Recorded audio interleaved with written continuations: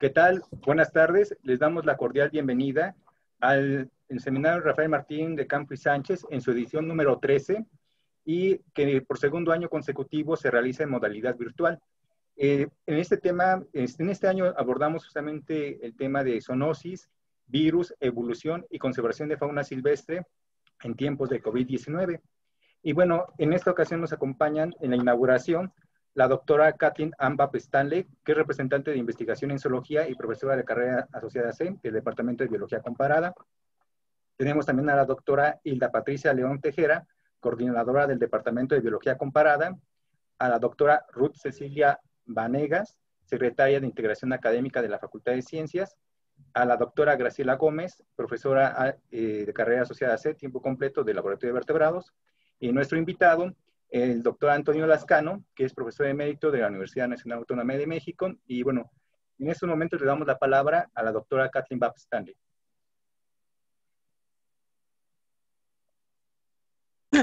Hola, buenos días. Gracias a todos. Bienvenidos al 13º seminario Rafael Martín del Campo. Esta es una actividad que organiza el Laboratorio de Vertebrados del Departamento de Biología Comparada de la Facultad de Ciencias de la UNAM y está dedicada a la memoria del profesor emérito de esta máxima casa de estudios, el maestro Rafael Martín del Campo y Sánchez, docente de la facultad que formó a numerosos estudiantes a lo largo de una muy amplia trayectoria. Este es un foro que surge como un espacio para analizar y reflexionar sobre muy diversos temas relacionados con el estudio, manejo y conservación pasada y actual de la fauna silvestre, y en este caso será sobre virus, zoonosis y conservación de la fauna silvestre. En este foro pretende que dé apoyo a la academia, a la docencia, y sea un lugar de divulgación del conocimiento que se ha generado a nivel nacional e internacional, a través de pláticas por expertos de muy diversas disciplinas que complementan o abarcan temas que casi no se dan en las materias de biología o en disciplinas similares. Este seminario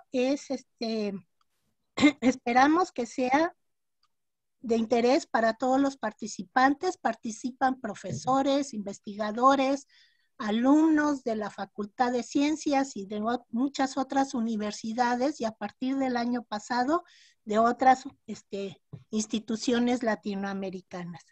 En este seminario en particular sobre zoonosis, virus, evolución y conservación de la fauna silvestre, los coordinadores, los organizadores de este seminario les deseamos dedicar este seminario a todos aquellos familiares, amigos, compañeros y alumnos que han fallecido a causa de este coronavirus.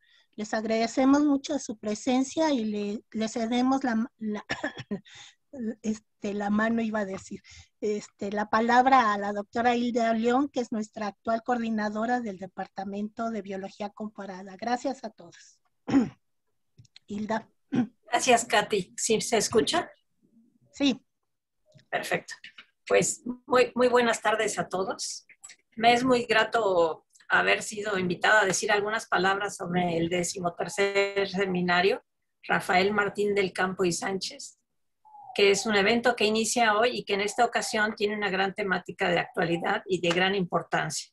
Como ya lo mencionó la doctora Ambap, el título es Zoonosis, virus, evolución y conservación de fauna silvestre en tiempos de COVID-19.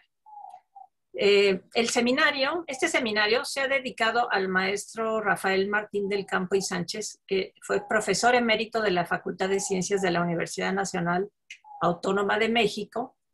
El seminario inició en el año de 2009 y hasta la fecha se han ofrecido 12 seminarios.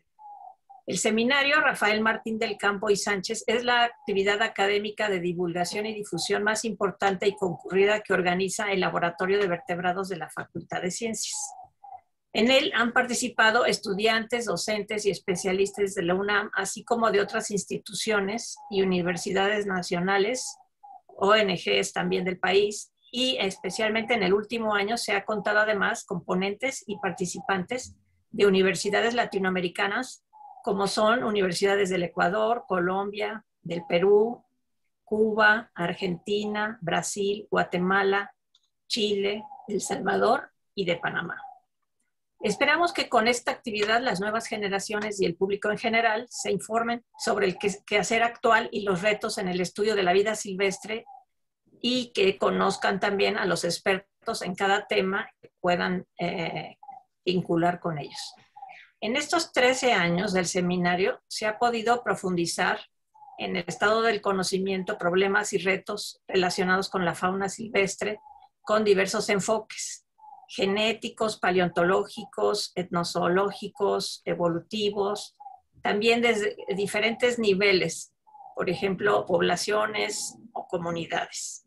Y también se han tratado aspectos éticos en el manejo de animales, entre otros aspectos. Este seminario fue concebido como un foro para estudiantes de todos los niveles, maestros y profesionales del área de biología, pero también de veterinaria y de otras áreas del conocimiento, en el cual se presenten y se discutan diversos temas sobre el origen, desarrollo y las perspectivas y retos de la biología en general y de la zoología en particular en este siglo XXI. En este evento se incluye la participación de destacados científicos y humanistas de la UNAM, como es el doctor Antonio Lascano Araujo, quien impartirá la conferencia inaugural, y también de otras instituciones académicas gubernamentales ofreciendo diversos enfoques sobre la investigación, la docencia y la divulgación del conocimiento, que son los 3 objetivos de la Universidad Nacional Autónoma de México. Por último, ya para concluir, les deseo mucho éxito en la culminación de este importante evento organizado por el Laboratorio de Vertebrados del Departamento de Biología Comparada de esta Facultad de Ciencias. Muchas gracias. Gracias, Hilda. Le cedemos la palabra a Graciela Gómez, por favor, Chel. A la doctora Cecilia Venegas para que haga la inauguración de este ciclo de conferencias. Adelante, doctora. Muchísimas gracias y bueno, buenas tardes a todos. Muchas gracias al comité organizador y bueno, un saludo a todos los participantes y conferencistas. A nombre de la doctora Catalina Stern, directora de la Facultad de Ciencias, de hecho para mí es un gran honor el estar participando en la inauguración de este 13º seminario Rafael Martín del Campo y Sánchez, el cual ya, como han comentado, efectivamente se ha convertido en un referente, no solo a nivel de divulgación, sino de reflexión y de formación académica en los avances de los estudios de la zoología. Y pues sin duda alguna es un gran legado que honra la memoria y la trayectoria de nuestro gran maestro y profesor emérito de la UNAM, el doctor Rafael Martín del Campo y Sánchez. De igual manera, a nombre de la doctora Katy Stern, les externo su reconocimiento a los colegas del Laboratorio de Vertebrados del Departamento de Biología Comparada por la organización sostenida de este importante evento y en el cual en esta ocasión está abordando este tema de suma relevancia en todo este contexto actual, como es la zoonosis, virus, evolución y conservación de fauna silvestre en tiempos de COVID-19. Y además con la participación de muy destacados especialistas de diversos países de América, lo cual efectivamente y sin duda alguna refleja la relevancia e incidencia que tiene este foro tanto a nivel nacional como internacional. Y sin más preámbulo, y a nombre de la doctora Catalina Stern, directora de la Facultad de Ciencias, declaro inaugurado este importante evento el día de hoy, martes 20 de abril, a las 13:16 horas. Y además les deseo muchísimos éxitos en todo este periodo de este seminario. Muchas gracias. Gracias, doctora Vanegas. Muchas gracias por estar con nosotros en esta sesión inaugural de este 13º seminario Rafael Martín del Campo y Sánchez. Asimismo, damos la bienvenida a todos los asistentes que hoy participan con nosotros de varios lugares de Latinoamérica y de diferentes instituciones también del país. Les agradecemos de antemano a los 10 conferencistas que van a participar en este ciclo de conferencias, los cuales son destacados investigadores de diferentes instituciones de Norteamérica, Centroamérica y Suramérica. Este ciclo de conferencias nos da muchísimo gusto iniciar con la participación de un destacado investigador, profesor, el doctor Antonio Lascano Araujo, con la primera conferencia a la cual le damos de antemano nuestro agradecimiento y le damos la bienvenida.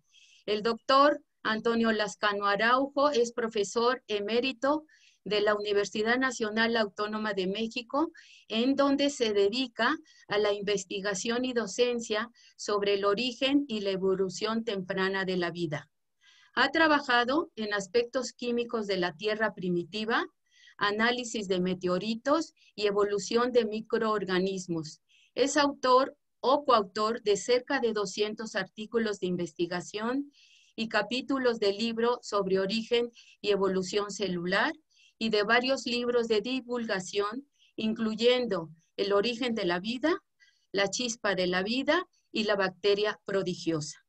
Ha sido profesor invitado de las universidades de La Habana, Autónoma de Madrid, de Houston, de Valencia, de OSAI, París Sud y de California en San Diego, y de la Universidad de Roma, así como investigador visitante en el Instituto Pasteur de París, en el ETH Centrum de Zurich, en el Instituto ANPAC de Bioquímica de Moscú, entre otros.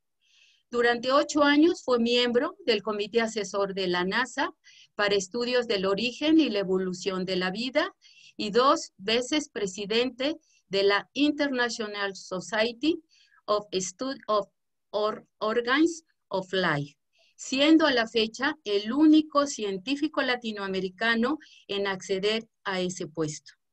Posee 3 doctorados honoris causa otorgados por la Universidad de Milán en Italia, la Universidad de Valencia en España y la Universidad Michoacana de San Nicolás de Hidalgo. En octubre de 2014 ingresó al Colegio Nacional. Le damos la más cordial bienvenida al doctor Antonio Lascano Araujo, que dará una charla muy interesante que sirve de inicio a este ciclo de conferencias que se titula Los coronavirus, origen y evolución. Bienvenido, doctor Lascano, le cedo la palabra.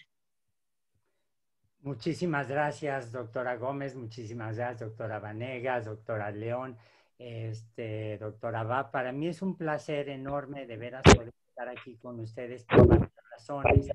En primer lugar, porque yo nunca tomé clases con el maestro Martín del Campo, pero fui de esas generaciones que terminan siendo alumnos de aquellos individuos, de aquellos miembros del personal docente que van generando un ambiente académico en el cual uno se forma y sin darse cuenta uno termina siendo estudiante de ese tipo de personas. Yo los recuerdos que tengo del maestro Martín del Campo es el de un auténtico universitario con una devoción enorme por la facultad, con un interés extraordinario por atender a los alumnos y con una disposición gentil, educada, cortés y profunda para poder siempre tratar de resolver lo que los alumnos tenían como duda. En ese sentido, sí me considero como un alumno del maestro Martín del Campo, a pesar de que, como les digo, nunca haya tomado clases. En segundo lugar, yo quisiera subrayar el esfuerzo tan extraordinario que significa en las condiciones tan difíciles que tenemos en este momento a nivel mundial, el que haya colegas, y aquí nunca mejor que nunca usado el término femenino, colegas que se empeñan en mantener viva la universidad, mantenerla viva con clases, mantenerla viva con su investigación y mantenerla viva con actividades de difusión como la que hoy tengo el placer de compartir con ustedes. Yo creo que la UNAM nunca se había topado en circunstancias tan duras como las que estamos hoy, ni siquiera en 68, cuando el odio de el presidente de la República estuvo a punto de cerrar a la universidad, o cuando presidentes populistas como Echeverría la vieron como un botín político y no lo lograron. Pero hoy en día la universidad, a pesar de esas condiciones tan duras, tan difíciles, sin embargo, se mantiene viva, se mantiene activa. Tenemos limitaciones, tenemos una serie de defectos, tenemos una serie de problemas, pero sin embargo las actividades académicas continúan. Y lo de hoy es la mejor demostración de que la universidad no son los edificios, sino su gente, sus investigadores, sus profesores, sus estudiantes. Debo decir que cuando me invitaron Kathleen Babb y Chela Graciela Gómez a dar la charla de hoy, pensé que, bueno, podía hablar un poco de zoonosis, de los mecanismos moleculares que voy a mencionar ciertamente, pero también pensé que en términos generales hay una serie de incógnitas muy fuertes sobre los virus. Y entonces lo que voy a hacer es primero comenzar la charla platicándoles un poco sobre lo que son los virus, las dudas que tenemos sobre ellos y cómo podemos integrarlos en un esquema más general de lo que son las ciencias de la vida. Me tienen a sus órdenes en la Facultad de Ciencias, aunque sea de manera virtual por ahora, y el título de la charla es, como acabamos de ver y como acabo de mencionar, precisamente los coronavirus, origen y su evolución. Y déjenme comenzar diciendo que, a pesar de la reputación que tienen y de que son extraordinariamente simples en términos estructurales y en términos funcionales, en primer lugar, la mayoría de los virus no son patógenos. Es muy raro encontrarnos con virus que sean patógenos. En segundo lugar, hay virus en todos los reinos biológicos. Son muy conspicuos los virus de plantas, los daños que causan a la agricultura, a algunos ecosistemas. Son muy conspicuos los virus que afectan a los animales. Hablamos un poco y enseñamos sobre los virus que afectan a las bacterias, pero la verdad de las cosas es que ha habido pandemias virales que han acabado con cepas de levaduras. Hay virus que afectan a las amibas, hay virus que son muy específicos en contra de las diatomeas, hay virus desde luego que afectan a las hidras y a las esponjas, y a veces no pensamos en ello. Y el otro punto que es muy importante mencionar es que los virus ni fueron los primeros seres vivos, ni tampoco son primitivos, aunque algunos de ellos pueden ser muy antiguos. Y esto de muy antiguos depende ciertamente de la escala de tiempo que uno quiera tomar en cuenta. Ahora, la pregunta es, ¿los virus se multiplican y es fácil que estén vivos o no? Esa es una pregunta que uno encuentra con estudiantes de medicina, con profesores en odontología, con investigadores en química, y lo encuentra en la Facultad de Ciencias. Y yo creo que especialmente en la Facultad de Ciencias, en un ambiente de biólogos, los estudiantes no tienen derecho a hacerse esa pregunta. ¿Por qué no tienen derecho a hacerse esa pregunta? Por varias razones que voy a tratar de enumerar. A ver, cuando uno piensa en los virus, pensemos, por ejemplo, en virus animales. Todos ustedes saben que tienen una cápside y en cuyo interior puede haber DNA o en algunos casos RNA. en el caso de los coronavirus, o piensen en los bacteriófagos que tienen esta pequeña forma como de vehículo espacial, en donde también tenemos las proteínas y con una forma auténticamente como de hipodérmica, los virus pueden inyectar su material genético al interior de las células. Bueno, los virus evolucionan. Claramente aquí lo que estoy bien mostrándoles son dos muestras de la diversidad viral, y la diversidad sabemos que en biología se explica por las teorías de la evolución, por una visión darwinista. Lo cual significa que los virus se replican y se multiplican, y se multiplican con variabilidad. Pero contra lo que ustedes pueden pensar, los virus no son las únicas entidades moleculares que se replican, además de la multiplicación celular. Y les pongo como ejemplo los centriolos. Los centriolos no están vivos y todos sabemos que se multiplican durante el proceso de mitosis y meiosis. Los centriolos son ciertamente una parte esencial de esa mitosis que todos aprendemos con respecto a la reproducción animal. También lo pensamos a veces en reproducción de otros grupos como los vegetales, como las plantas, como los hongos, pero realmente lo que estamos viendo aquí es, desde luego, la replicación de otras estructuras a nivel molecular.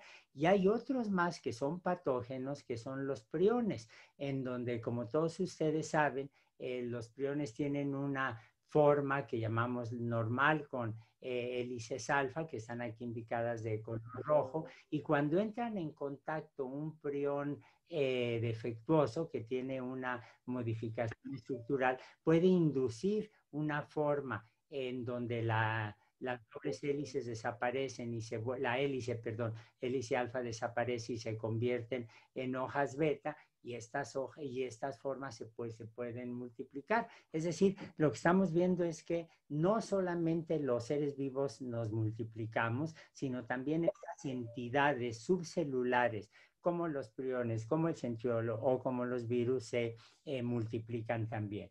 Con un proceso de multiplicación que no necesariamente, en algunos casos como este, incluye ácidos nucleicos. Ahora, en el caso de los virus hay que tener presente de que cuando se multiplican con variabilidad, y esto es especialmente cierto para el caso de los virus de RNA. Los virus de RNA evolucionan con una enorme rapidez, y aquí ven ustedes un ejemplo muy dramático con lo que ocurrió en un experimento natural muy desafortunado que se publicó hace unos 25 años. En la primera parte de este árbol evolutivo estamos viendo estos cuadraditos negros que representan la población de virus de SIDA con la que nació un bebé que había sido infectado por la madre, que era desafortunadamente portadora del VIH. Estoy hablando de hace 25 años, cuando no teníamos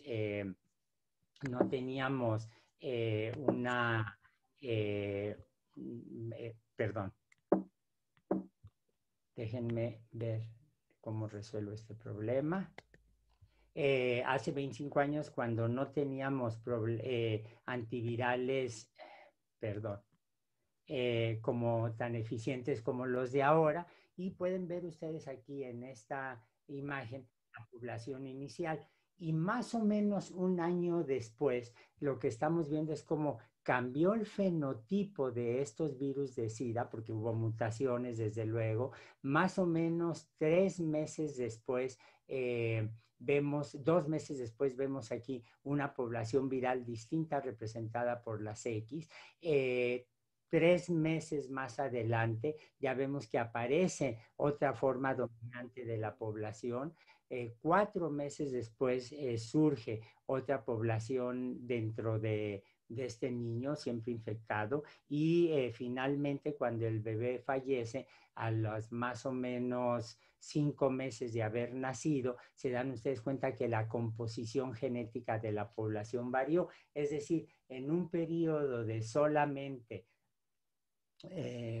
5 años pudimos atestiguar de manera muy directa la evolución de los virus, en donde las mutantes fueron seleccionadas por la presión de selección que significaba el sistema inmunológico del niño. Entonces, claramente los virus se replican, los virus pueden evolucionar, y esto nos lleva a una pregunta muy obvia, y es ¿dónde voy a ubicar a los virus en términos taxonómicos? ¿Dónde coloco a los virus? Bueno, como los virus no son celulares, no son entidades celulares, obviamente no los puedo ubicar en el esquema de los 5 reinos que todos ustedes conocen gracias a la labor de Lynn Margulis. Aquí evidentemente lo que tengo es una genealogía, una taxonomía con implícito atrás un proceso genealógico en donde vemos como el reino más antiguo, los Monera, que son las bacterias, las arqueas, por endosimbiosis la aparición de protistas o protoctistas, y de aquí el reino animal, el reino vegetal y el reino fungal. Lo que estamos viendo sencillamente es cómo están surgiendo en el tiempo, desde que el origen de la vida hasta nuestras fechas, los 5 grandes reinos. Hay otras maneras de clasificar a los seres vivos, desde luego, pero lo que es obvio es que aquí no puedo meter en ningún reino a los virus. ¿Por qué? Pues porque son acelulares. También ustedes saben que en los últimos 30 años más o menos se han popularizado enormemente las filogenias basadas en moléculas, por ejemplo, la comparación del RNA ribosomal. Y aquí pueden ver ustedes, por ejemplo, cómo cuando siguiendo las ideas de Carl Woese y George Fox, lo que nosotros tenemos son 3 grandes grupos, 3 grandes dominios, como los llama Woese, en donde tenemos las bacterias, como ahora sabemos, el grupo más antiguo, las arqueas, como también procariontes, y el núcleo citoplasma, solamente el núcleo citoplasma de los eucaria. Pero de nueva cuenta, como el RNA ribosomal está ausente en los virus, obviamente no puedo usarlo como un criterio taxonómico. Bueno, ¿qué hacer con los virus? Pues obviamente lo primero que tengo que pensar es que los virus son elementos genéticos móviles y no son los únicos elementos genéticos móviles. Hay plásmidos. Todos ustedes saben que, por ejemplo, en el caso de los procariontes, de las bacterias, los tenemos muy ubicados.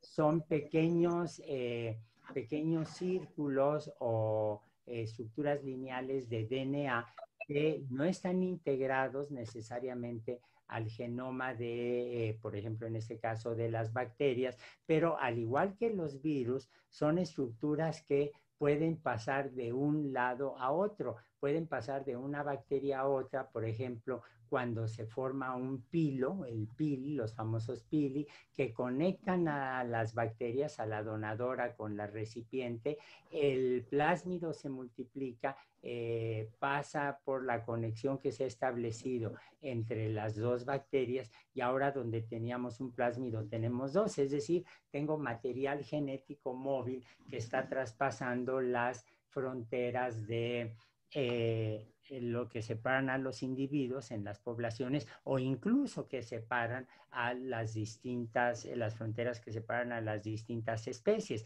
como el caso de los coronavirus, que sabemos han brincado de distintas especies animales hacia nosotros. Entonces, ¿cuál es la primera lección que yo les quisiera subrayar que hemos aprendido todos del estudio de los virus? 1, no están vivos, tienen algunas propiedades de los seres vivos, pueden evolucionar por selección natural que actúa sobre la diversidad genética de las poblaciones virales, no son las únicas estructuras que se replican, pero además pueden exactamente moverse a través de las fronteras que separan a los individuos o las fronteras que separan a las especies.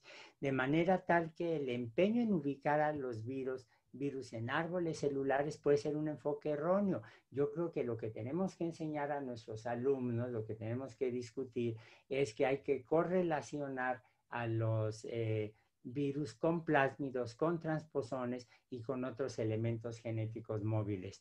Tal vez no podremos establecer una genealogía directa, pero sí nos damos cuenta que en la naturaleza existen muchísimas entidades que, como los virus, pueden evolucionar, pueden brincar, se pueden replicar y no necesariamente están pegados a un cromosoma o a un genoma. Ahora, en el caso específico de los coronavirus, hay que decir que el descubrimiento viene gracias a la labor de June Almeida, que era una mujer absolutamente brillante, de una familia muy pobre, ya era escocesa, el padre era chofer de autobús, no hubo manera de pagarle los estudios universitarios, pero ella conjuntaba dos características que no todos los científicos poseen. Era extraordinariamente hábil con las manos y tenía una inteligencia integradora verdaderamente notable. Y ella fue la que se dio cuenta que había todo un grupo nuevo de virus que parecían estar coronados con unas proteínas que estaban insertadas en las membranas que los virus toman de las células, roban de las células que han infectado, y les recordó la corona solar donde cuando ve uno un eclipse, y ella fue un eclipse total, y ella fue la que los bautizó como coronavirus. June Almeida hizo un trabajo verdaderamente extraordinario, y es algo que es muy peculiar, porque cuando uno piensa, la mayor parte de quienes han investigado virus, han desarrollado vacunas o terapias contra los virus, han sido precisamente mujeres. Es un campo donde la contribución ha sido excepcional. Ahora, cuando pensamos en los coronavirus, estamos pensando en virus de RNA, porque a pesar de los problemas taxonómicos que ya he mencionado para clasificar a los virus, a David Baltimore se le ocurrió hace ya 50 años, fíjense, se le ocurrió que los virus se podían clasificar o dividir en dos grandes grupos. Los virus de DNA, donde el DNA puede ser de una sola hebra o de doble hélice, o los virus de RNA. Y vamos a ver esta división o este grupo de virus de RNA con ojos de biólogos evolutivos. Si se dan cuenta, tenemos RNAs de hebra positiva, quiere decir que funciona como un RNA mensajero, de hebra negativa, de doble hélice de RNA, o de RNA que se transforma en DNA, como en los retrovirus, como el del SIDA. Fíjense, biológicamente lo que esto me está diciendo es que el espacio evolutivo en términos de la organización del genoma de los virus de RNA es mucho mayor que los virus de DNA. Es decir, los virus de RNA se han movido, han ocupado, han desarrollado un nicho en donde no tienen competencia con una biosfera que está esencialmente dominada por genomas de DNA. Entonces, esto ya de entrada me está hablando de el enorme potencial que tienen en términos evolutivos los virus de RNA. Ahora, cuando nosotros hablamos de RNA y DNA, todos ustedes saben, estamos hablando de los dos grandes tipos de ácidos nucleicos que hay en la naturaleza. Podemos tener variantes de estas moléculas sintetizadas en el laboratorio, pero típicamente ustedes saben que el DNA forma una doble hélice muy compacta gracias a la complementariedad de las bases, la adenina con la timina, la citosina con la guanina, y con esta forma de doble hélice la secuencia de bases queda extraordinariamente protegida del ambiente. Queda protegida del ambiente porque no hay reacciones hidrolíticas, porque las bases son en realidad hidrofóbicas y aquí adentro no hay agua. Y si no hay agua, no hay reacciones hidrolíticas. Si no hay reacciones hidrolíticas, es más estable la información genética. Por eso, cuando en las películas como Parque Jurásico uno trata de revivir tiranosaurios o cosas así, bueno, se va sobre el DNA. ¿Por qué no sobre el RNA? Porque el RNA típicamente existe como una sola hebra que puede formar dobles hélices, que puede formar asas, que puede tener muchas hebras sencillas, y en este caso lo que nosotros tendremos es una tasa de mutaciones mucho mayor. ¿Por qué? Porque se dan cuenta que la secuencia de bases está expuesta a todos los agentes químicos del entorno, comenzando por el agua, y evidentemente esto hace que el RNA tenga una tasa de cambio en las bases mucho mayor que el DNA. ¿Cómo llamamos esos cambios en las secuencias de bases? Pues es precisamente las mutaciones. Los virus de RNA son mucho más lábiles y tienen una tasa de mutaciones mucho más alta que los de DNA. Ahora, de DNA o de RNA, los virus necesitan de polimerasas para multiplicarse. Los ácidos nucleicos se multiplican gracias a las polimerasas. Y cuando uno ve, por ejemplo, la polimerasa del virus de la hepatitis C, que están viendo aquí, uno distingue de inmediato 3 grandes dominios que llamamos los dominios de la mano derecha, donde la parte azul corresponde al pulgar, la parte de color rosa viejo corresponde a los dedos. Estas partes están interaccionando con el molde y con los nucleótidos, y la parte más antigua, esto lo propusimos nosotros en el laboratorio hace ya como 20 años, algo así. La parte más antigua corresponde a la palma de la mano, que es la parte catalítica. Esta es la parte más conservada, tanto en secuencia como en estructura. Y como les digo, llamamos a las polimerasas como si fuera el modelo de la mano derecha, donde aquí ven el pulgar, aquí ven los dedos y aquí ven la palma de la mano, que es precisamente la más antigua. Esto es válido ciertamente para todas las polimerasas virales y para muchas polimerasas celulares. Ahora, cuando estas proteínas, como las RNAs polimerasas, están replicando el genoma de un virus de RNA, un genoma de RNA, cometen muchos errores, no tienen actividad editora, no corrigen los errores. Y entonces el resultado, como se ve en este esquema, es que la proporción de mutaciones, la proporción de errores que se acumulan es más o menos directamente proporcional a la longitud del genoma. Es decir, mientras más grande sea el genoma, más errores voy a cometer, más mutaciones se me van a acumular. Y déjenme poner el ejemplo que me gusta mucho utilizar, que es el de los trabalenguas. Yo puedo tener un trabalenguas muy sencillo, como el trabalingüista de Constantinopla se quiere destrabalingüizar, etcétera, y voy a cometer errores, especialmente yo que soy bastante tonto con los trabalenguas. Mientras más palabras tenga el trabalenguas, más errores voy a cometer. Mientras más grande sea el genoma que estoy multiplicando, más mutaciones se van a acumular. ¿Y esto en qué se traduce? En que las poblaciones de virus de RNA tienen una enorme diversidad. Si yo me fijo en la diversidad de secuencia de poblaciones del virus de la influenza, del virus de la hepatitis C, del virus del SIDA, lo que voy a ver es una enorme diversidad. Y esta diversidad es un problema médico brutal, porque supongan ustedes que yo desarrollo una vacuna para una población de virus de RNA, digamos, del SIDA, son todos los virus del SIDA, VIH son de RNA, pues estaré desarrollando una vacuna únicamente para la mayor parte de la población, y los virus que tienen secuencias en los extremos de esta gaussiana obviamente se van a escapar al efecto de las vacunas. Por eso no tenemos una buena vacuna contra el VIH. Por eso nos tenemos que vacunar cada año contra el virus de la influenza, porque tenemos una vacuna desarrollada para la mayor parte de las poblaciones, pero siempre hay individuos con secuencias distintas que se logran escapar.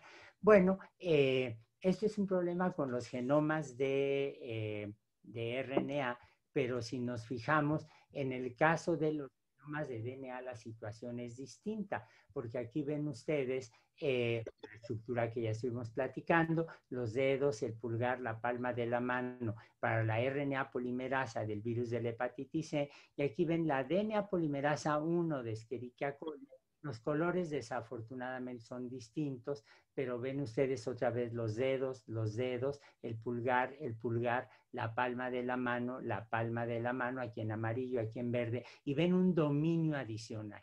Y este dominio adicional es una exonucleasa. ¿Qué es lo que hace la exonucleasa en la DNA polimerasa? Bueno, lo que hace es cortar, ven claramente es un dominio aparte, adicionado, pegado covalentemente a la palma de la mano. ¿Qué es lo que hace la exonucleasa? Vamos a revisarlo muy rápidamente, aunque seguramente muchos de ustedes lo recuerdan bien, lo conocen tal vez mejor que yo. Aquí tenemos una hebra de DNA que se está replicando de color verde y la polimerasa va leyendo la secuencia de bases y forma la hebra nueva de color naranja. Como tengo timina, enfrente voy a poner la adenina, citosina frente a guanina, timina frente a adenina, adenina frente a timina, guanina frente a citosina, adenina frente a citosina. Aquí se equivocó la polimerasa. Se equivocó la polimerasa o bien porque o bien porque la base había cambiado el isómero, o bien porque la polimerasa no es del todo exacta, pero colocó una base equivocada. Esto provoca que no se formen aquí los dos puentes de hidrógeno, se deforma la hélice que se está formando y la exonucleasa entra en acción, corta el nucleótido equivocado y se va. Se va y eventualmente sí, porque acuérdense que en biología lo que no mata engorda. Entonces, ciertamente termina siendo utilizado, pero por lo pronto aquí ya hubo una edición, se corrigió el error. Y déjenme usar de nueva cuenta otra vez un ejemplo cotidiano. Si ustedes se fijan ahora, los estudiantes de bachillerato, de licenciatura, no pocos de doctorado y no pocos de nosotros, hemos mejorado mucho nuestra ortografía cuando enviamos mensajes por un teléfono celular. ¿Por qué? Porque el teléfono celular tiene incluido un programa de edición que funciona exactamente igual que la exonucleasa, corrige los errores. Bueno, ¿esto en qué se va a traducir? En que los virus de DNA, como tienen corrección de errores, pueden sin ninguna dificultad, absolutamente sin ninguna dificultad, crecer mucho y alcanzar tamaños verdaderamente notables. Ahora, si nos fijamos en los virus de RNA, esto no ocurre así. Aquí ven ustedes una gráfica que yo encuentro absolutamente fascinante, en donde ven en el eje de las X el número de nucleótidos que tiene de ribonucleótidos que tienen los virus de RNA, y aquí ven ustedes los distintos grupos de virus de RNA que conocemos y se dan cuenta que el tamaño de su genoma es pequeñito, va de unos 3,000 ribonucleótidos a unos 16, 17,000 ribonucleótidos. Pero si me fijo en los coronavirus claramente representan una discontinuidad brutal. Aquí lo que tengo es un genoma como el SARS-CoV-2 que tiene cerca de 30,000 ribonucleótidos, duplica prácticamente, aunque es un virus de RNA, duplica prácticamente el tamaño del genoma de los virus de RNA típicos. ¿Qué es lo que está pasando aquí? Bueno, un virus, como acabamos de ver, o cualquier genoma tiene un cierto tamaño dado por el número de ribonucleótidos, y los eucariontes, las bacterias, las arqueas, tenemos una tasa de mutaciones muy baja. Tenemos una tasa de mutaciones muy baja porque tenemos la exonucleasa y toda una serie de mecanismos adicionales que nos protegen, abaten la tasa de mutaciones. Si me voy a los virus de RNA, como acabamos de ver, aquí tenemos una tasa de mutaciones muy alta y esto hace que el tamaño de su genoma sea muy bajo, porque mientras más grande sea, más errores se cometen.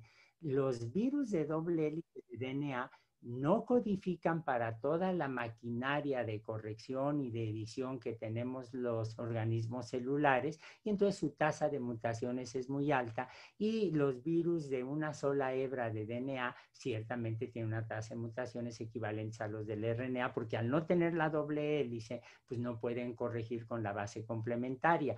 Es decir, lo que estamos viendo es que los genomas en general que vemos en la naturaleza ni pueden tener tantas mutaciones, porque entonces pierden identidad. Si hay muchas mutaciones, el trabalenguas que yo diga ya no va a tener sentido.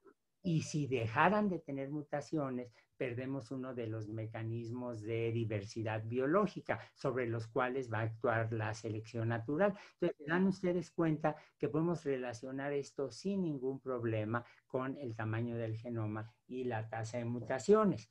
Ahora, teniendo en cuenta lo que hemos visto de virus de RNA, hay que decir que los virus de RNA mutan en promedio 1 millón de veces más rápidamente que las células y los virus de doble hélice de DNA. Es impresionante la tasa de mutaciones. En cambio, los coronavirus mutan, coronavirus como el SARS-CoV-2, el SARS-CoV-1, MERS, etcétera, mutan de 8 a 10 veces más lentamente que otros virus de RNA.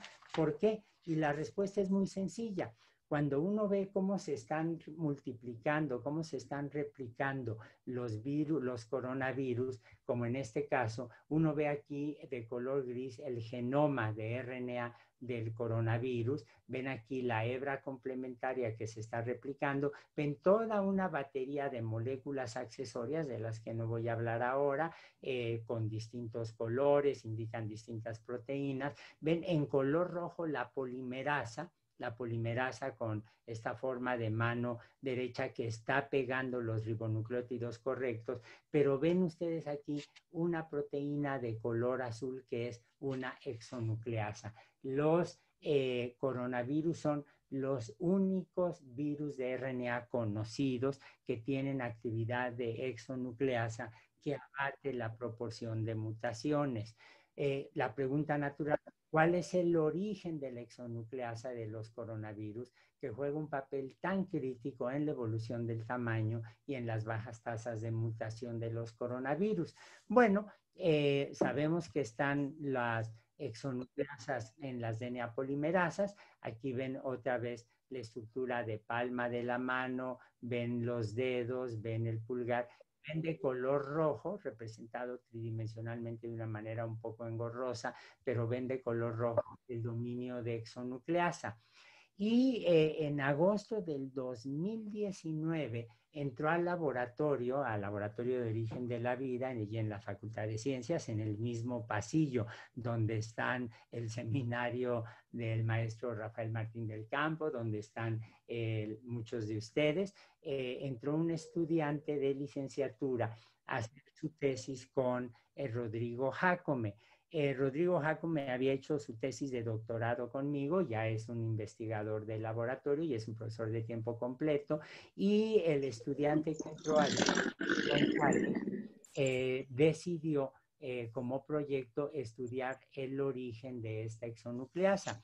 En el laboratorio habíamos desarrollado ya métodos muy refinados para poder comparar estructuras terciarias de proteínas y hacer filogenias de esas estructuras terciarias.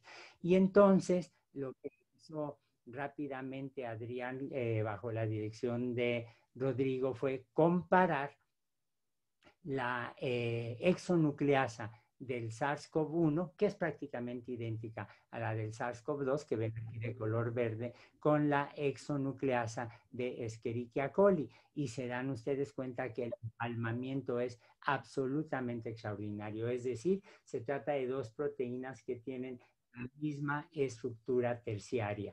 Esto nos llamó a todos la atención, todos nos volcamos a ayudarle a Adrián en su tesis, y lo que nos dimos cuenta es que en realidad, comparando los cristales, no la secuencia, sino los cristales del dominio de exonucleasa de Escherichia coli con un virus de RNA que llamamos los Lassa virus, con el fago T7, que es un fago de doble hélice de DNA que se nutre, ataca, invade Escherichia coli, y con el SARS-CoV-1 nos dimos cuenta, lo pueden ver en el dibujo, que las estructuras eran idénticas. Idénticas en biología quiere decir que son homólogas.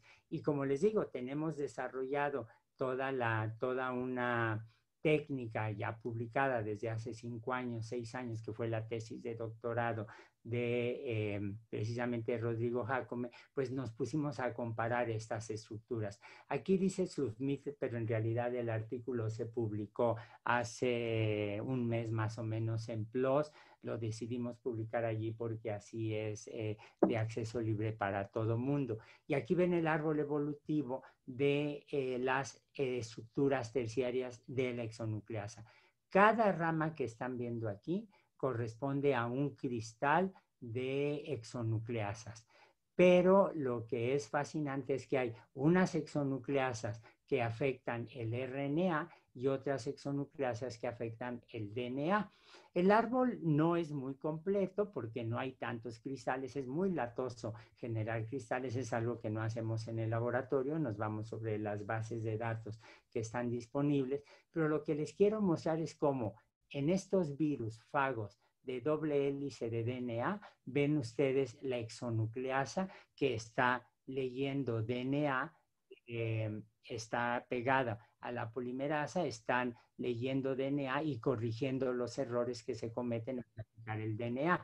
Aquí ven los arenavirus, que son virus de RNA, están leyendo RNA negativo de una sola hebra, y aquí no corrigen los errores, sino que desbaratan un RNA que tiene que ver con la respuesta inmune del hospedero. Es decir, todas son exonucleasas, pero en este caso lo que hacen es desbaratar el RNA. Y aquí ven ustedes la rama que corresponde a los coronavirus con la exonucleasa, en donde lo que está leyendo es una sola hebra de RNA positivo, el genoma del virus que se está replicando, y aquí sí está actuando como una correctora de errores, como una edición. Es decir, en el curso de la evolución, al menos en 3 ocasiones,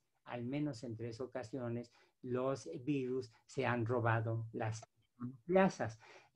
Bueno, eso nos llamó poderosamente la atención porque además nos dimos cuenta que cuando comparamos de nueva cuenta, comparamos la exonucleasa de Escherichia coli con la del SARS-CoV-2, pueden ver ustedes aquí en color azul un sitio donde hay zinc y otro sitio donde hay zinc, pero el zinc, los 2 dedos de zinc, los conocemos así cuando hablamos de proteínas, los 2 dedos de zinc están únicamente están en las exonucleasas virales, no están en las exonucleasas celulares. Sabemos muy bien por qué están, porque estabilizan la estructura, pero aquí se dan cuenta que tenemos un blanco terapéutico, porque si tengo una molécula que tiene el virus y que no tienen las células, si desarrollo una técnica para quitar este zinc, obviamente voy a inhabilitar al virus y probablemente el agente ideal sería un agente quelante. Y ahora con los colegas del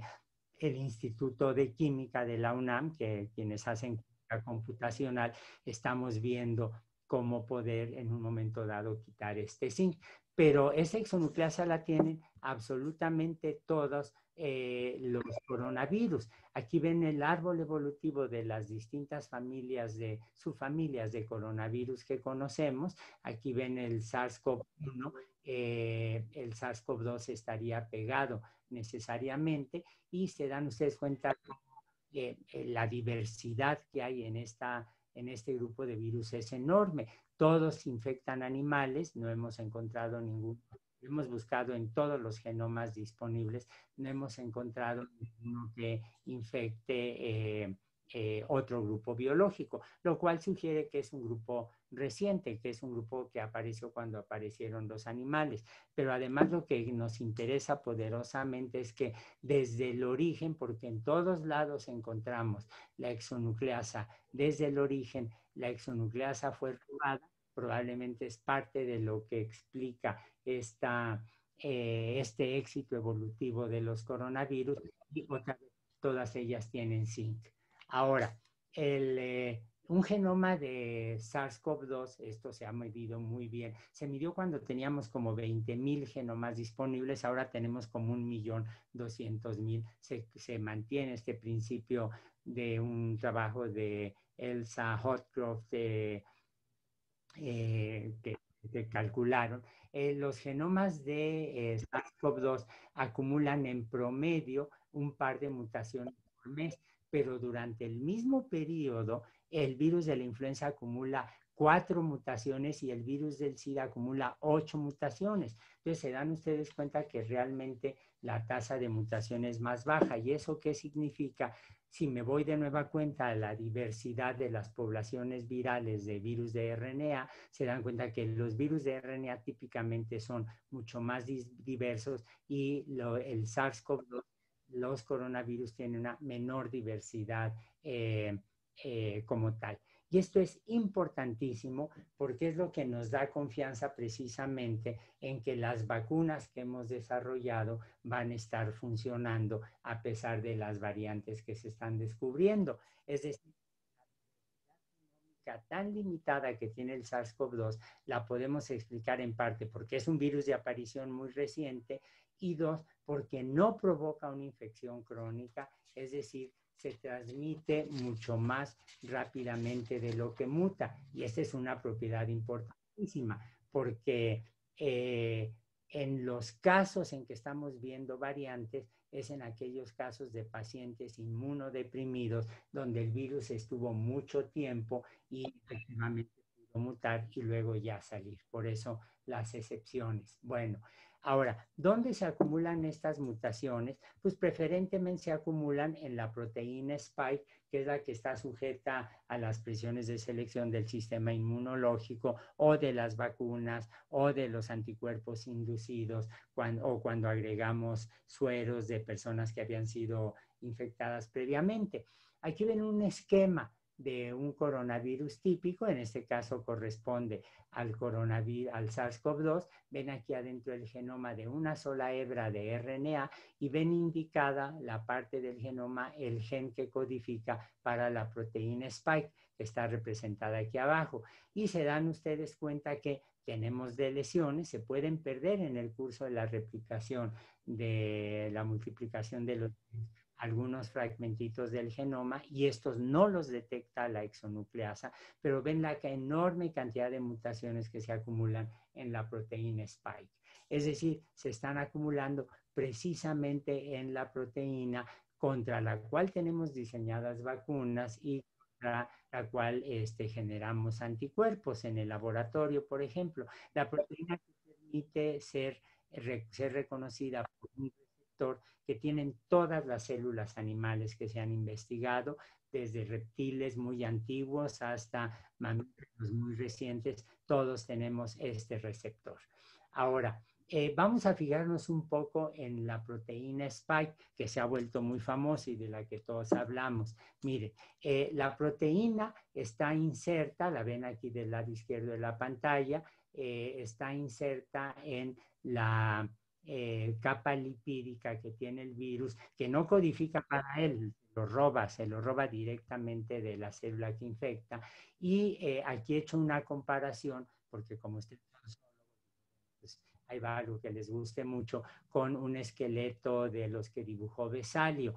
Ustedes saben que en una pierna los animales tenemos 3 movimientos. El movimiento permitido por la cadera, permitido por la rodilla, por el tobillo. Y de una manera equivalente, la proteína Spike tiene un movimiento en el punto donde se inserta en la membrana, decimos que es el tobillo, en lo que llamamos la rodilla y en lo que sería la cadera como tal. Es decir, no quiero que piensen en la proteína Spike como una estructura rígida, sino algo que se está moviendo todo el tiempo, como las piernas.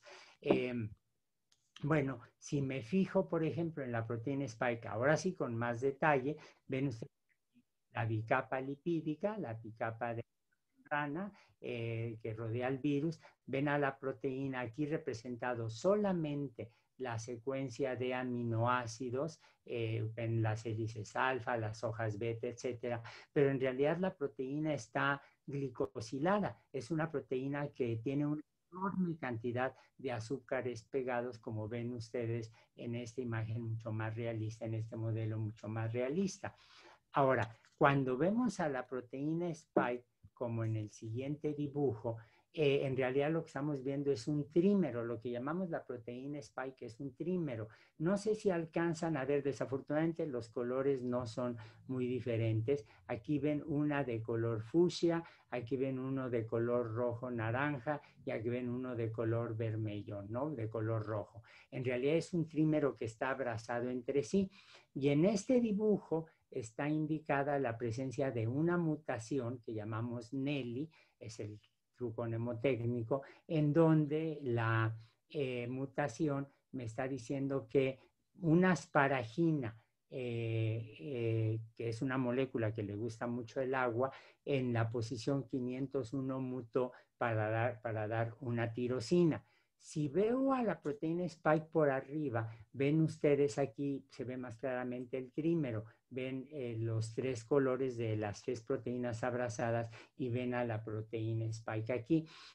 Perdón, ven a las posiciones de la mutación de Nelly, que es el nombre que le damos. Bueno, lo que realmente está pasando es que cuando tenemos esta mutante, la mutante pega mucho más intensamente al receptor AC2, y esto hace que este virus que es mutante, entre más rápidamente a la célula. Tengo la impresión, pero aquí podría estar equivocado, les confieso que no he tenido tiempo de asomarme a esta proteína, a las estructuras terciarias, al receptor, a la de color azul, pero tengo la impresión de que aquí debe ser una zona hidrofóbica, una zona que no le gusta el agua, y que entonces la tirosina, que tampoco le gusta el agua, se pega más fácilmente, y esto facilita el ingreso del virus a el interior de la célula. Ahora, podemos tener distintas variantes. Aquí ven ustedes indicadas la variante B117 que apareció en Kent, en el Reino Unido. Ven la variante 1351 que apareció en Sudáfrica y la variante P1 que apareció en Brasil. Se dan ustedes cuenta que lo que llamamos variantes en realidad son proteínas con combinaciones de mutaciones. Y hay muchas mutaciones que se pueden expresar todo el tiempo. Por ejemplo, en la proteína spike de B117 ven ustedes todas estas mutaciones, en la de Sudáfrica todas estas, y en la de Brasil apareció en Manaus todas estas mutantes. Bueno, si ustedes se fijan, y aquí otra vez pensemos en los virus en términos de biólogos, se dan cuenta que en Nelly apareció aquí la mutación, apareció aquí y apareció aquí también. Es decir, tenemos un caso de convergencia evolutiva. Es una mutación extraordinariamente favorable a los ojos del virus, porque esto le permite, evidentemente, entrar más fácilmente a una célula y multiplicarse. Aquí ven la mutación que llamamos EEC, le iban a poner Eric, pero había un estudiante de doctorado en el laboratorio que se llama Eric, y ya ven cómo son delatosos, dijo, no, yo no me quedo con mi nombre en una mutante, y entonces terminándole poniendo EEC, y esta mutante permite que los virus sean un poco, no sean tan atraídos por los anticuerpos, es decir, permite un cierto escape inmunológico. Y esto ha preocupado mucho a la gente, pero en realidad lo que hay que decir es que los anticuerpos son solo parte de la respuesta celular. Entonces se dan cuenta que tenemos aquí fenómenos de convergencia en las distintas mutantes que están apareciendo de manera inevitable. Ahora, nos interesan las mutantes, pero algo que todos los biólogos sabemos es que una cosa es la tasa de mutación y otra cosa es la tasa de evolución. La tasa de mutación no define por sí sola la evolución del virus. La evolución de un sistema viral no depende solo de las mutaciones, sino de la rapidez de la tasa a la cual surgen las mutaciones, del impacto fenotípico de dichas mutaciones y del impacto de la selección y la deriva sobre estas mutaciones. Es decir, se dan cuenta que estamos aplicando conceptos de genética de poblaciones que usaríamos para una población de moscas o una población de tortugas, pero simplemente estamos aplicando a los virus. Ahora, los virus se mueven en términos generales entre dos extremos.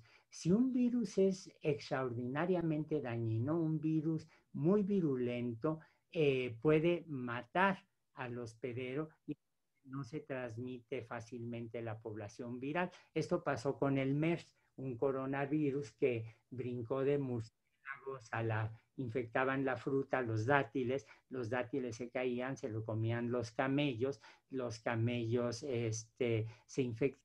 Y luego en el Medio Oriente, pues la gente tiene camellos, así como nosotros tenemos caballos o perros. Y entonces la cercanía entre camellos y los camelleros hizo que el virus brincara, una mutante, ya vimos cómo se dan, brincara a los humanos, pero fue tan agresiva que el MERS se autocontuvo.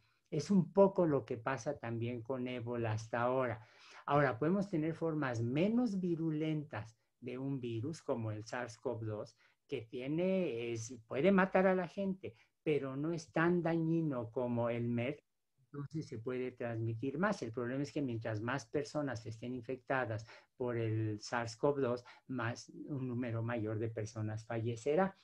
Ahora, ¿por qué nos pescó de sorpresa el MERS, nos pescó de sorpresa el SARS-CoV-2? Bueno, porque no se olviden, como insiste Edward Holmes, uno de los mejores virólogos de nuestros días, insiste, no podemos predecir la aparición de nuevos virus. Otra vez pensemos como biólogos. La evolución biológica es un proceso multifactorial y por lo tanto es imposible predecir qué mutaciones se van a fijar en una población. No lo podemos hacer así de sencillo. Lo que sí podemos anticipar es que va a haber virus que se vuelvan resistentes a los antivirales o a las vacunas. Y lo que es fascinante es que es más fácil predecir los procesos ecológicos que puedan facilitar epidemias futuras. Y vamos a poner un ejemplo. Todos ustedes saben que en mi laboratorio no nos dedicamos a la virología, que yo no soy virólogo, pero el RNA nos llama mucho la atención porque es una molécula muy importante en el origen de la vida. Y déjenme mostrarles una diapositiva que, con la excepción de la adición del SARS-CoV-2, es una diapositiva que vengo usando desde hace 30 años en las charlas con los estudiantes de bachillerato en la facultad, en mis clases, etcétera, porque las epidemias recientes que hemos tenido en los últimos 40 años son la influencia H1N1, el SARS, la influencia aviar, el Zika, el chikungunya, el SIDA, el virus del oeste del Nilo, el ébola, todos son virus de RNA. Es decir, las epidemias nuevas que han surgido han sido causadas por patógenos que son de RNA, más nos vale saber todo lo que podamos sobre el RNA y sobre los virus de RNA. Ahora, lo que es muy preocupante, y aquí claramente entra el papel de los biólogos que trabajan con animales, con poblaciones, con ecosistemas, es que, como se ve en este esquema, el número de epidemias, de infecciones de origen animal que han surgido en los últimos 60 años, 70 años, se dan ustedes cuenta que son en términos generales de origen zoonótico. Por eso agradecí tanto la invitación para hablar con ustedes, porque me pareció de una visión extraordinaria que quienes tienen a su cargo el seminario Rafael Martín del Campo enfatizaran el papel de la zoonosis. El número de infecciones zoonóticas que está dándose es cada vez mayor. ¿Por qué? Bueno, pues porque lo que puede pasar es que simplemente brincan los virus de una especie animal a otra. Y déjenme poner un ejemplo. Miren, todos pensamos legítimamente en la preocupación de las personas que quedan infectadas por SARS-CoV-2, que no queremos que se infecten más, por eso el doble uso de la mascarilla.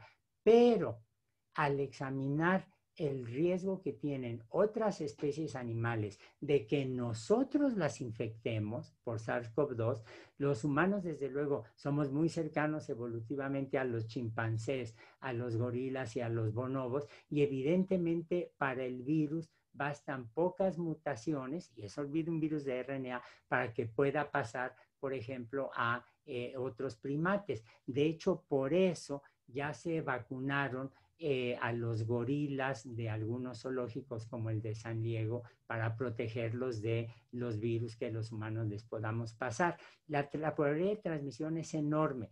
La probabilidad de transmisión es muy alta para poder infectar a venados, a roedores, a osos hormigueros y a algunos delfines.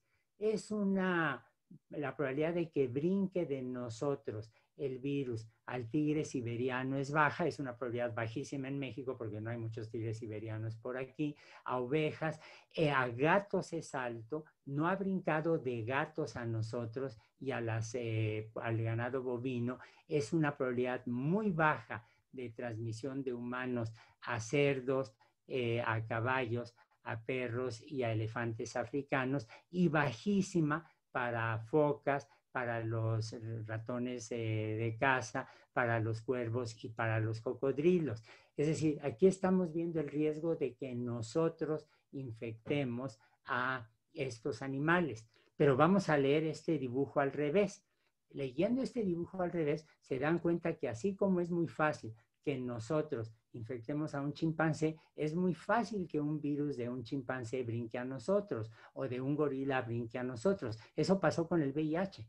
El VIH no tenemos ninguna duda que brincó de otros primates hacia nosotros. ¿Por qué? Pues porque la similitud que nosotros tenemos morfológica, bioquímica, molecular es enorme y ciertamente estamos más lejos de los reptiles, pero la probabilidad de transmisión es enorme. Ahora, ¿cómo se dan esas transmisiones? Lo entendemos muy bien. Los patógenos virales emergentes, y esto es válido para el SIDA, para el caso de influenza, para el caso del SARS, requieren que el virus desarrolle la habilidad para infectar nuevas especies, nuevas células hospederas, es decir, que haya mutantes y puedan ser reconocidas por los receptores, que el virus se adapte al nuevo hospedero. Esto no siempre pasa. Un virus puede ser tan específico a una molécula o a una secuencia que no necesariamente va a poderse multiplicar en el nuevo hospedero y de la habilidad de dispersión a través de la población del hospedero. Si ustedes piensan, por ejemplo, en los bisones, el mink, estos son animalitos que no suelen vivir en manada. ¿Eso qué significa? Que el virus, una vez que haya de humanos, por ejemplo, a bisones, cosa que ya vimos que ocurrió, difícilmente se va a propagar a través de las poblaciones silvestres de bisones. Pero, por ejemplo, si un virus brincó hacia murciélagos y cuando piensa uno cómo duermen los murciélagos, cómo son sus sociales, evidentemente la habilidad de dispersión es mucho mayor. Ahora, ¿cuándo se da este fenómeno? Muy claramente ahora, pues con lo que he llamado aquí sociedades de consumo. No crean que estoy aquí usando términos como los que les gusta usar a mis cuates radicales, pero la verdad de las cosas es que vivimos en sociedades que ejercen una presión tremenda sobre el medio ambiente. Por ejemplo, presiones urbanísticas. Tumbamos manglares para hacer condominios de lujo. Por ejemplo, acabamos con las selvas y al acabar con las selvas, los mamíferos grandes se van a morir rápidamente, pero los mamíferos pequeños como los roedores se van a dispersar fácilmente. Y hay ejemplos de estos muy claros. Hay un virus, el hantavirus, que era típico de roedores en las praderas estadounidenses, en la zona de Nuevo México, de Santa Fe, la ciudad que es una ciudad muy de moda, una ciudad muy bella, tiene una ópera fantástica, el lugar es muy elegante. Bueno, empezó a generar una presión para construir más viviendas, se hicieron condominios muy elegantes, brincaban los condominios hacia las llanuras y empezaron a invadir el terreno donde vivían los roedores. ¿Qué fue lo que pasó? Que los roedores empezaron a invadir estas nuevas áreas habitacionales y la gente empezó a sufrir infecciones de hantavirus en proporciones cada vez mayores. Es decir, nosotros invadimos espacios de animales silvestres, pero no hay que olvidar que también muchas especies de animales se han adaptado a los espacios urbanos. Las especies de animales tienen en algunos casos la posibilidad de adaptarse a las sociedades humanas. Piensen en los perros. Probablemente fue como se inició la domesticación de los perros. Y el ejemplo más dramático lo vemos, por ejemplo, con las palomas o los pichones. Esta es una fotografía de la Plaza de San Marcos en una enorme cantidad. Y el excremento. Ok, ya es la señora de la fruta. Daña. Con un timbre.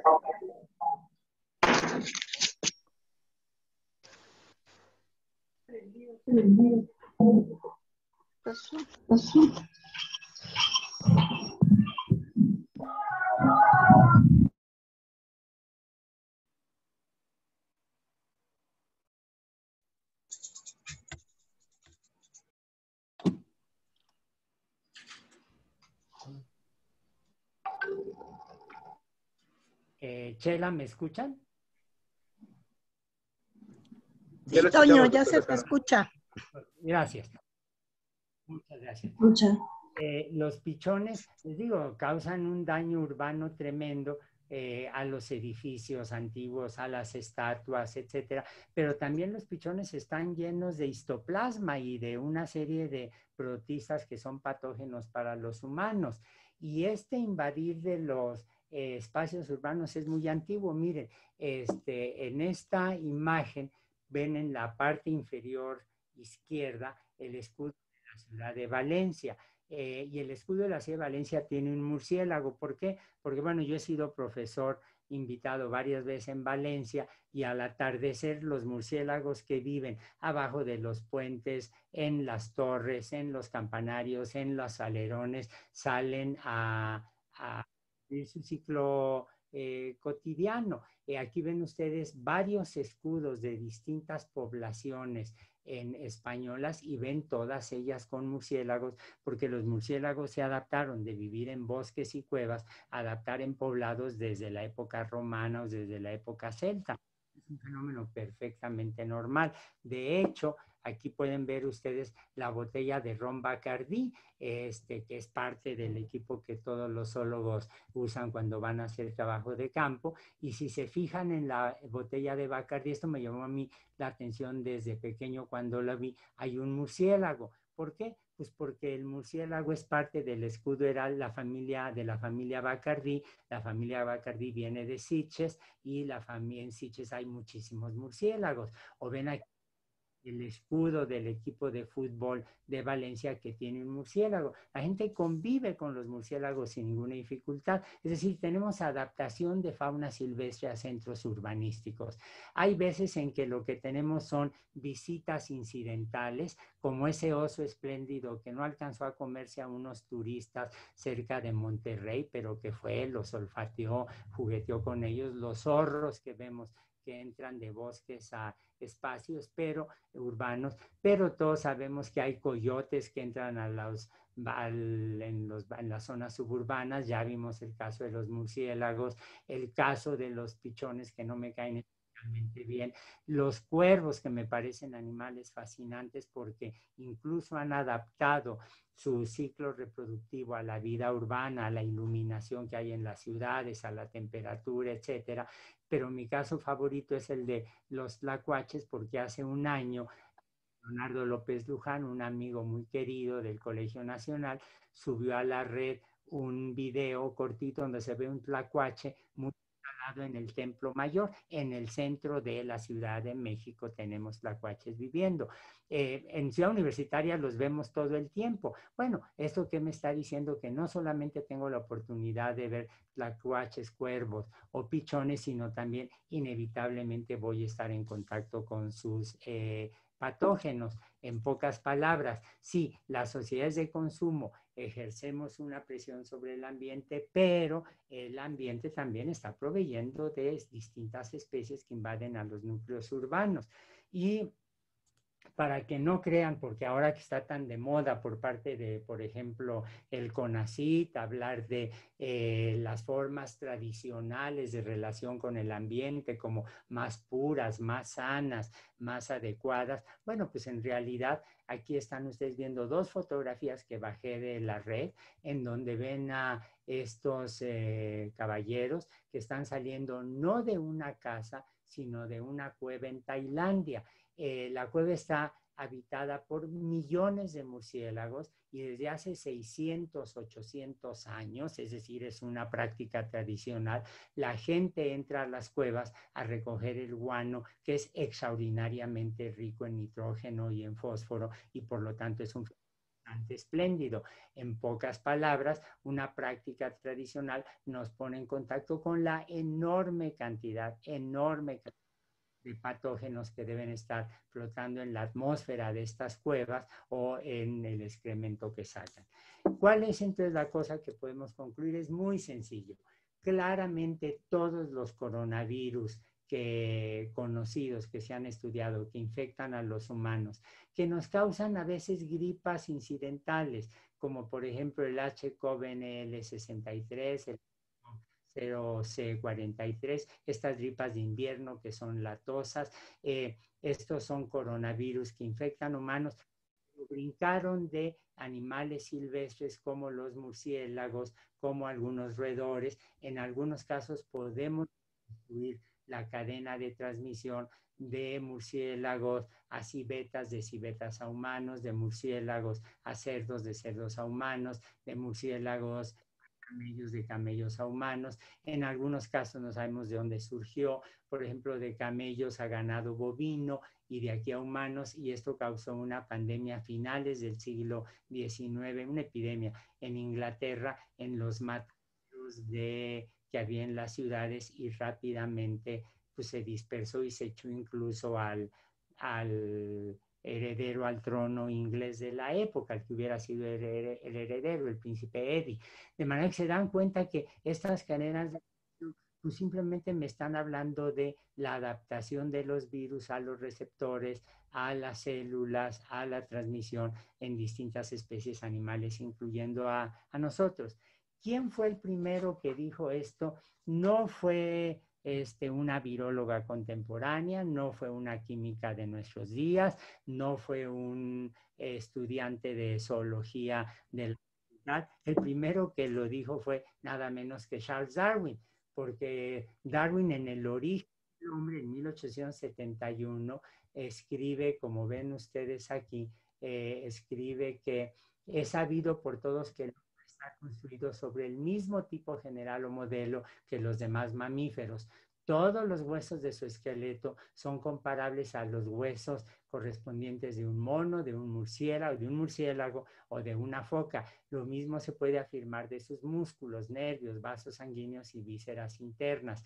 El hombre puede adquirir de los animales inferiores o comunicarles a su vez enfermedades tales como la rabia, las viruelas, etcétera, hecho que prueba la gran similitud de sus tejidos, tanto en su composición como en su estructura elemental, con mucha más evidencia que la comparación hecha con el auxilio del microscopio o del más minucioso análisis químico. Es decir, Darwin, con una visión extraordinaria que no deja de, que era normal, que era esperable, se dio cuenta que esas similitudes son un indicador de los parecidos morfológicos, anatómicos, celulares, bioquímicos, moleculares, aunque estos últimos términos no eran conocidos en su época. Y muchas gracias.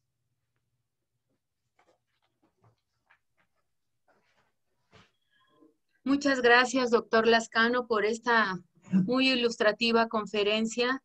Hay dos preguntas que le hacen que quiero transmitirle.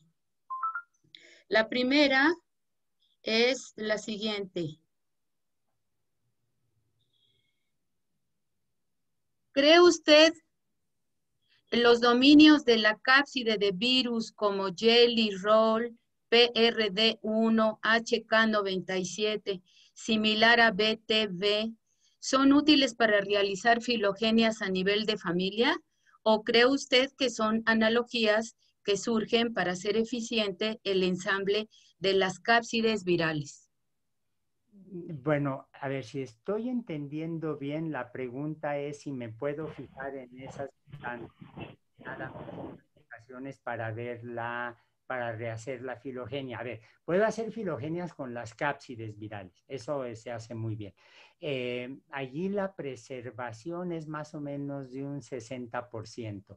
Para las proteínas spike, la preservación de secuencias es de una, y es mucho más baja, es como de un, no sé, como un 60%, para las cápsides es como de un 70%. Las filogenias las estamos haciendo, las hemos hecho, de hecho, las publicamos ya para la RNA polimerasa de preservación de las secuencias de 96% y para la exonuclear la preservación anda por ahí del 94%, lo cual me dice que son las más importantes en el ciclo viral. Ahora, podríamos hacer filogenias de estructuras terciarias de las proteínas de la cápside, pero decidimos irnos primero sobre la exonucleasa porque nos llamó mucho la atención, sobre la polimerasa que la trabajamos mucho en el laboratorio. Ahora tenemos otro manuscrito iniciado, el autor principal es Diego Jacome, y estamos muy interesados en ver las estructuras terciarias de una proteína enorme que se llama NSP3, que es de varios dominios, donde ya descubrimos que hay una duplicación interna, ¿no? Gracias, doctor. Una segunda pregunta de Larry Gabriel Hernández, aunque ya comentó algo sobre los métodos o maneras de transmisión de los virus, él hace la siguiente pregunta. ¿Cuáles son los medios de transmisión o propagación de virus de animales a humanos y viceversa? Yo creo que quiere que comente la respuesta con mucho mayor detalle, ¿no? Sí, bueno, puede haber la transmisión, los coronavirus, a ver, en algunos sentidos habrá quien diga que es la tormenta perfecta, ¿no? Porque los murciélagos tienen una capacidad de dispersión enorme, los coronavirus se dispersan por aerosoles, las ciudades de enorme población son totalmente equivalentes a las manadas de murciélagos viviendo todos hacinados, durmiendo todos hacinados. Entonces ahí tenemos una probabilidad de transmisión que es enorme. En algunos casos puede ser transmisión sanguínea de otros virus. Por ejemplo, en el caso del VIH, sabemos que se transmite por semen y por sangre. Y allí, cuando se supo que se transmitía, que los hospederos naturales, hasta por donde podemos rastrear, eran los otros primates como el chimpancé, empezó a haber toda una serie de mitos racistas absolutamente intolerables, ¿no? Que si los africanos tenían sexo con los animales y cosas así. Bueno, la respuesta es infinitamente más sencilla y menos sesgada, menos racista. Hay una tesis de doctorado, no la he leído, pero conozco muy bien el caso, una tesis de doctorado de un estudiante del Congo que la publicó en 1947, donde él es antropólogo, era antropólogo, ya falleció. Él describe cómo eran los ritos de iniciación de los adolescentes. Y así como aquí en México las niñas son sometidas a este horror de las fiestas de 15 años, allí los niños son sometidos a otros ritos de adultez, el equivalente al bar mitzvah con los judíos, a la primera comunión en los cristianos, etcétera. Bueno, en los católicos, no sé si todos tengan primera comunión. ¿Qué es lo que describe este antropólogo? Que está escribiendo lo que él vio en su sociedad, en su etnia. Cuando los muchachitos llegaban a los 14, 15 años, cazaban, salían a cazar con los hombres y luego se mataba un chimpancé, se comía el brazo del chimpancé entre todos, pero con la sangre del chimpancé se hacían escoriaciones en la espalda y se embarraba la sangre.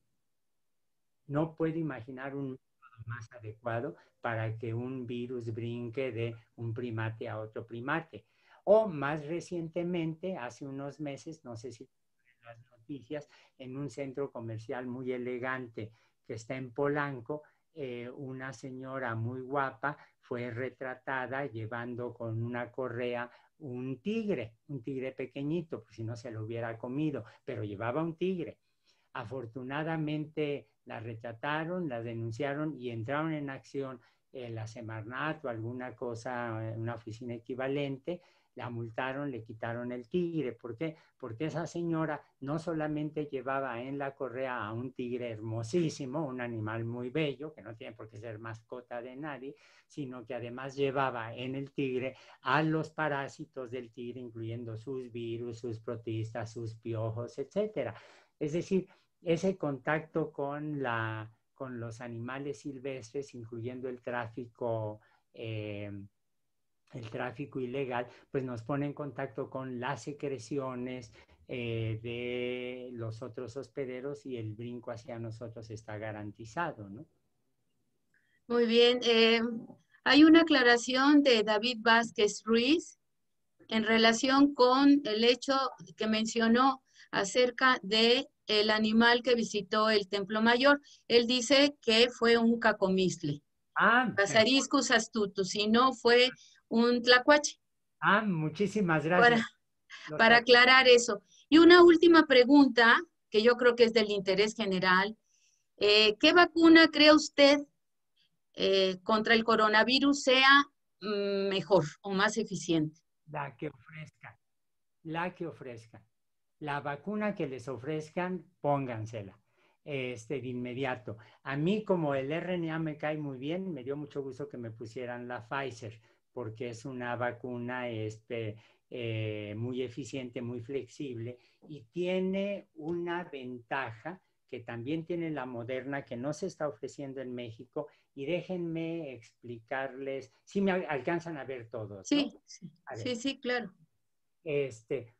¿Cómo reconocemos la diferencia entre una naranja y un rinoceronte? Por la forma, claramente por la forma. Bueno, los anticuerpos van a reconocer una molécula u otra dependiendo de la forma. Cuando la proteína spike está pegadita al virus, tiene una forma que estoy simulando con el puño de la mano cerrada. En realidad la forma es un poco distinta, pero en fin. Pero en el momento, si yo tengo anticuerpos para esta forma, pues los anticuerpos se van a pegar en distintos lados sin ninguna dificultad.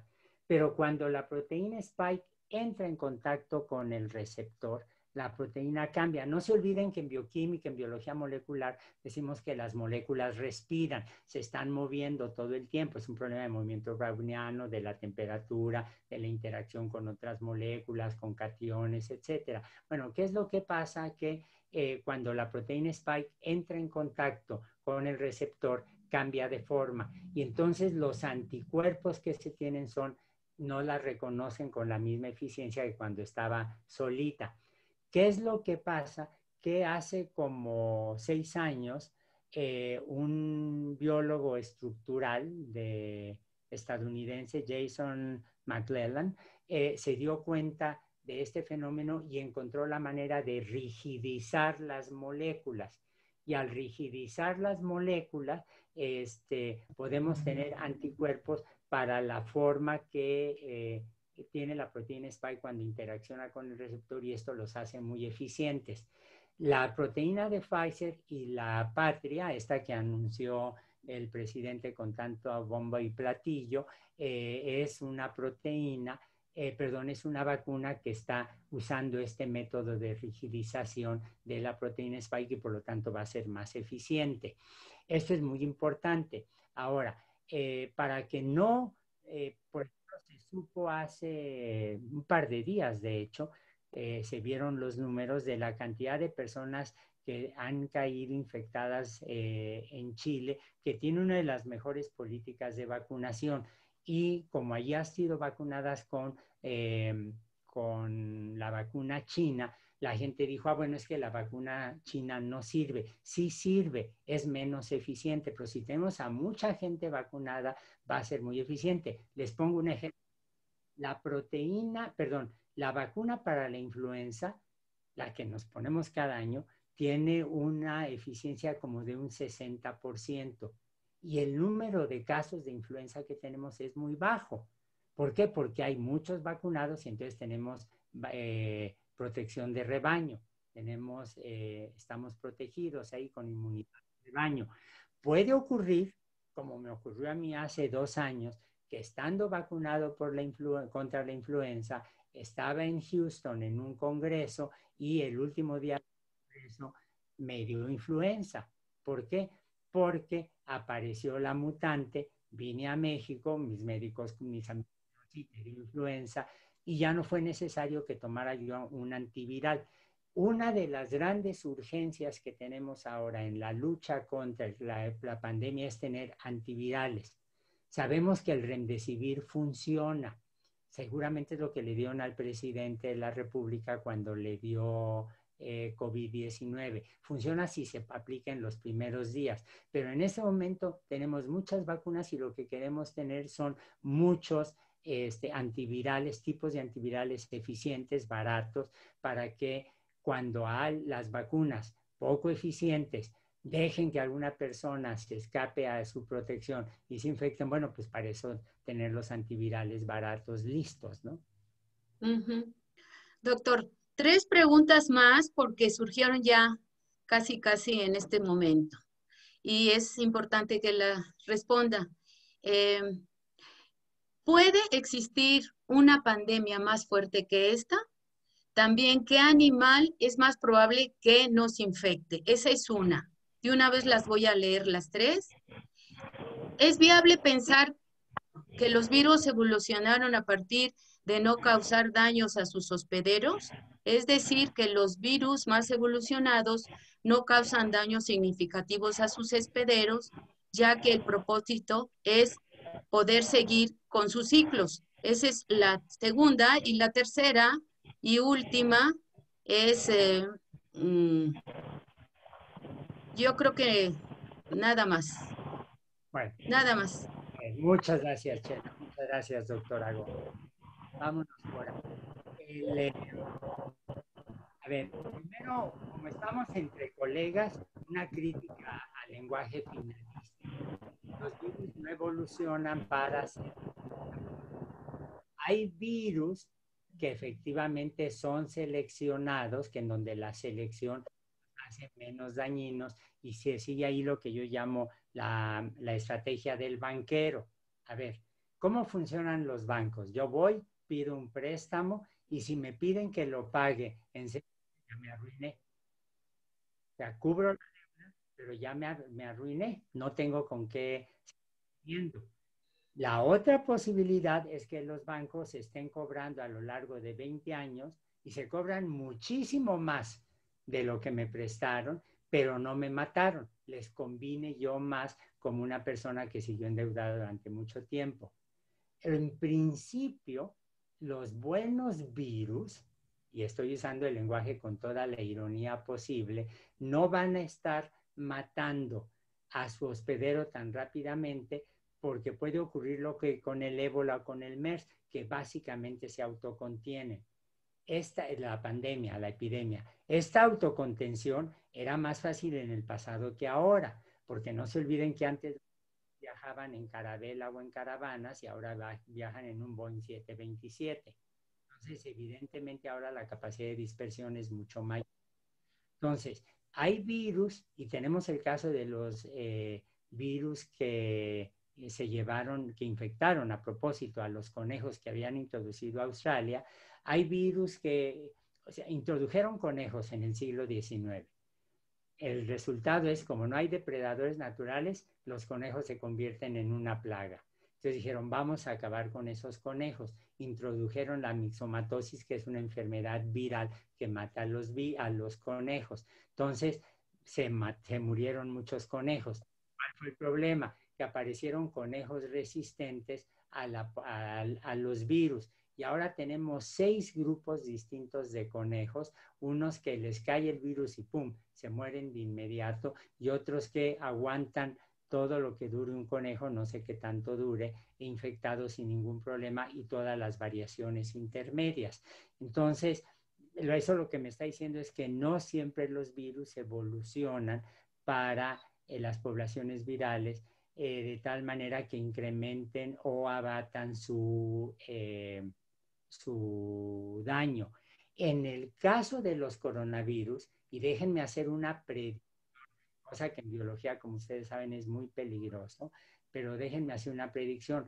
Todos los demás coronavirus que nos han infectado se han convertido en virus menos agresivos, han evolucionado hacia ser virus menos agresivos. Y el caso más reciente es el que mencioné, que surgió en Inglaterra o que causó una epidemia en Inglaterra a finales del 19.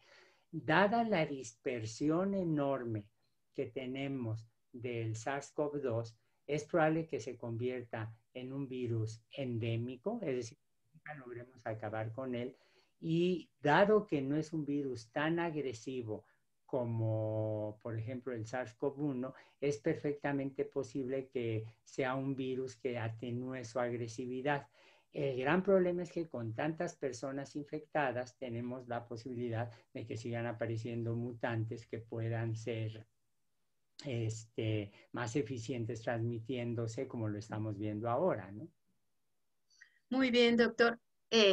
Ahorita surgió otra pregunta que quiero hacérsela, porque es interesante. ¿Puede una persona poseer 2 mutaciones del reciente virus, SARS-CoV-2? ¿Y estas 2 mutaciones podrían unirse para fortificar una nueva mutación? Es decir, que haya recombinación. No he mencionado un fenómeno que está reescrito para un solo caso de beta coronavirus. A ver, hay alfa coronavirus, beta coronavirus, delta coronavirus y una familia, subfamilia, creo que es subfamilia nueva. A ver, mutaciones vamos a tener muchas, siempre, inevitablemente. No se olviden que las variantes representan poblaciones virales con combinaciones de mutaciones. En alfa coronavirus están reportados en el laboratorio y en la naturaleza virus recombinantes. Hace un par de meses, ya 3 meses en realidad, una investigadora estadounidense se puso a analizar los miles y miles y miles de secuencias que tenemos para el SARS-CoV-2 y encontró una recombinante.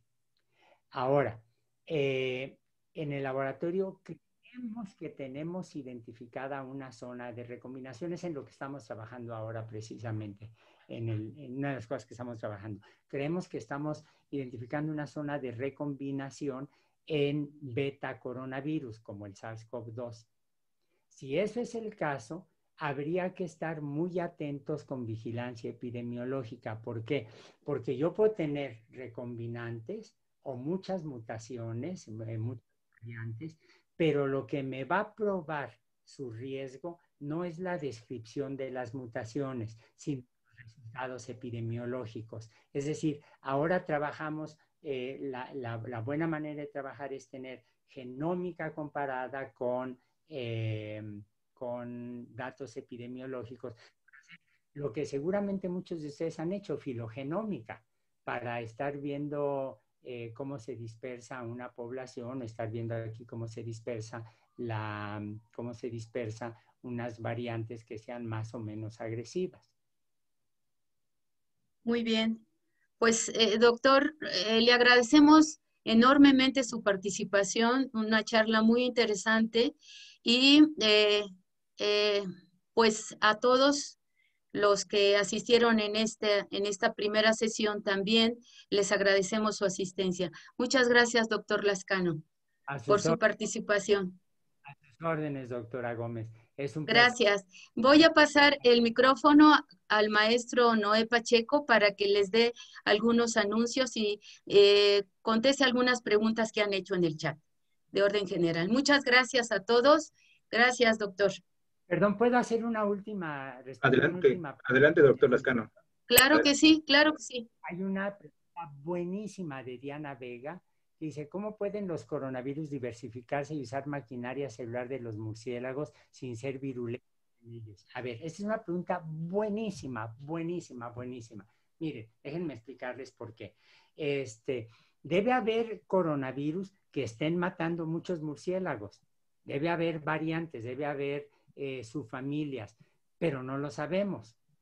Debe haber muchísimos virus que estén matando amibas, pero eso nunca va a llegar a la página, a la primera página de los periódicos.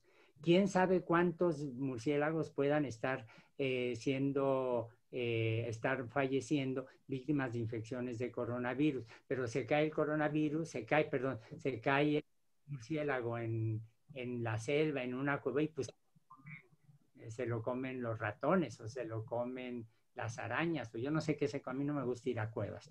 Entonces, ¿quién sabe qué se lo coman? Las víboras, no lo sabemos. Pero lo que sí podemos hacer, y esto es importantísimo, por eso me gustó tanto la pregunta de doña Diana Vega, es ¿cuáles son los mecanismos con los cuales un murciélago común y corriente está infectado por coronavirus y no se muere? Y hay dos mecanismos descritos en el último año que son fascinantes. Uno de ellos es que regulan los genes asociados con respuesta inflamatoria de una manera que no vemos en nosotros. Es decir, los genes asociados con respuesta inflamatoria no van a matar, no van a provocar que el murciélago se muera por inflamación de tejidos, que es lo que le pasa a los humanos que ya pasaron el periodo inicial de infección. Entonces, ese es un mecanismo que tenemos que investigar. El otro mecanismo es absolutamente fascinante y está descrito para el VIH. A ver, cuando el virus, supónganse que mi mano representa la célula y de repente sale un virus que está eclosionando, sí, que sería la mano que estoy moviendo, está eclosionando de la célula. Cuando este virus, no se olviden que tiene una membrana que se robó de la célula. Cuando este virus está saliendo, hay unas proteínas que llamamos teerinas o teterinas que anclan al nuevo virus a la célula. Entonces el virus se quiere ir, pero está anclado a las teterinas. Entonces, como tiene lípidos el virus y lípido la membrana, el virus se vuelve a fundir con la membrana, entran las proteínas al interior de la célula y la célula se las come. Tan sencillo como eso. Ese mecanismo se propuso, bueno, la primera descripción que yo conozco, no necesariamente es la primera, que yo conozco desde hace unos 15 años más o menos para VIH, pero ya encontraron 6 tipos de teerinas o teterinas, hay los dos nombres, se usan los dos, en murciélagos. Es decir, estudiando los murciélagos, preservando los murciélagos, no solo estamos preservando animales importantísimos en los ciclos naturales, por los insectos, por la polinización, etcétera, sino también un excelente modelo animal de cómo controlar una infección por coronavirus. Muy bien. Pues muchas gracias nuevamente, doctor. Adelante, maestro Pacheco. Muchas gracias, doctor Lascano. Una muy interesante conferencia.